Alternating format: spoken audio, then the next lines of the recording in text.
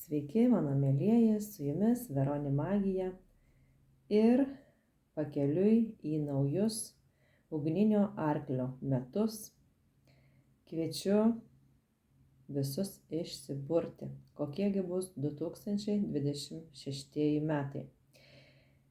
Priešais jūs yra Lenormand kortų krūvelės. Pirmoji, antroji ir trečioji. Pasirinkite vieną iš jų. Tai bus esminiai, pagrindiniai jūsų ateinančių metų įvykiai, o galbūt pokyčiai. Taigi, tie, kurie pasirinkote pirmąją krūvelę, traukiu 7 kortas.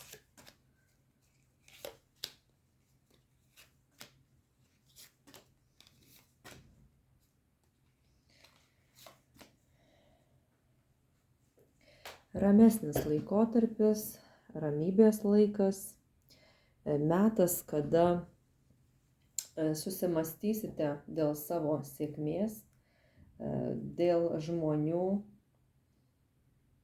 kurie nuo jūsų atsiribojo, bet tai yra gudrūs žmonės ir jūs taip. Jeigu dar nepastebėjote, tai pastebėsite metų eigoje. Na, pagal kortas sakyčiau, kad tie, kurie išsirinko pirmąją krūvelę, tai turite labai gerą intuiciją ir vadovaukitės ją, pasirinkdami savo žmonės į draugus, į partnerius, apskritai rinkdamiesi savo draugų ratą, nes aplink jūs yra labai nemažai pavydo, o tai trukdo jūsų sėkmei, kuri jūsų likime yra.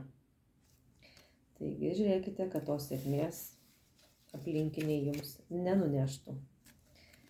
Tai pirmą krūvelę paliekam. Kas pasirinko antrą? 7 kortos.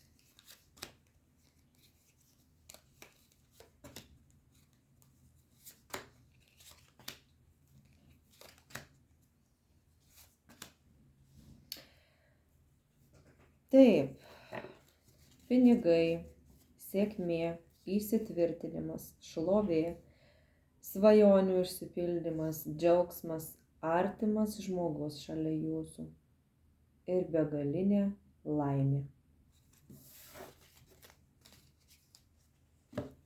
Trečioji krūvelė.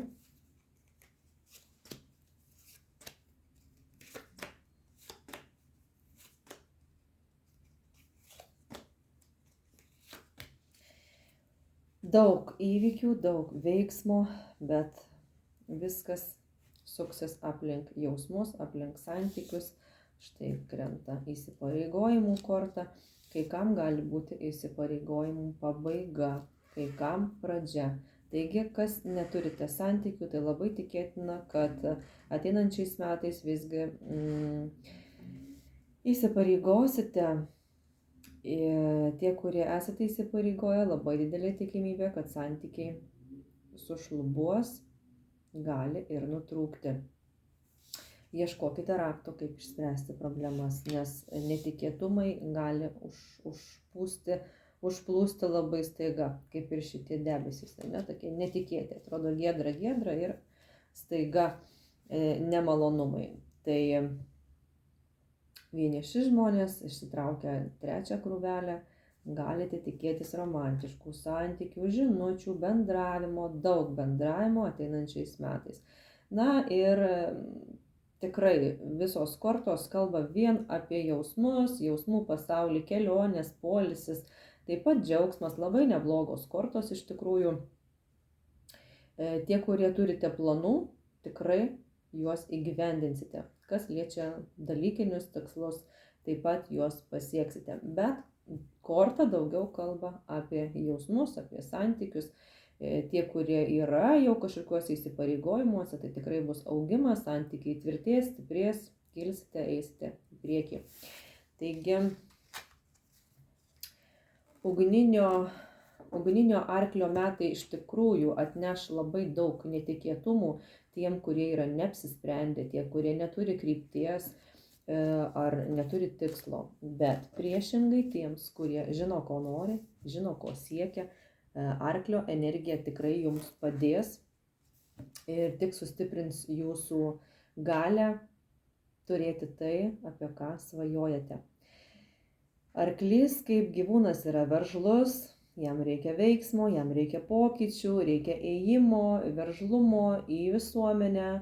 Taip kad tie, kurie turite nuosavus verslus, tie, kurie turite darbus, kuriuos darote patys ant savęs, socialinės visos erdvės ir ne visi pasiekimai, visas ėjimas į viešumą, tai yra triumfo.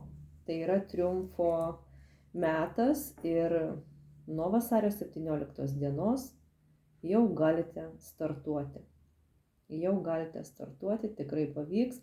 Jeigu planuojate pereiti į kitą darbą, tai vėlgi laikotarpis nuo vasario 17 dienos ir visi metai.